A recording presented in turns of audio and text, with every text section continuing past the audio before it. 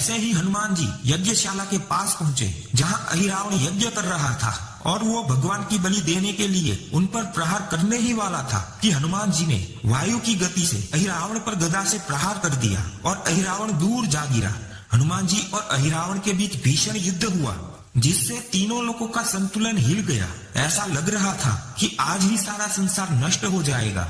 जब अहिरावण हारने पर होता है तो वो अपनी देवी पाताल भैरवी को अपने शरीर में प्रवेश कर युद्ध करने के लिए आह्वान करता है और उसके बाद हनुमान जी का कोई भी प्रहार अहिरावण के शरीर को आघात नहीं पहुंचा पाता और अहिरावण के प्रहार और भी शक्तिशाली हो गए थे। तब हनुमान जी श्री राम का ध्यान करते हैं और ध्यान में उन्हें पता चलता है कि अहिरावण के प्राण 5 अलग अलग दिशाओं में जल रहे दीपक में बसे हैं। उन सबको एक साथ ही एक ही क्षण में बुझाने से ही अहिरावण की मृत्यु होगी। तब हनुमान जी अपने शरीर का विस्तार करते हैं और 5 मुख वाला रूप धारण करते हैं और उन सभी दीपक को एक साथ बुझाकर अहिरावण का वध करते हैं और श्री राम और लक्ष्मण जी को मुक्त कराते हैं। दोस्तों, कमेंट में जय श्री राम और जय हनुमान लिखना न भूलें।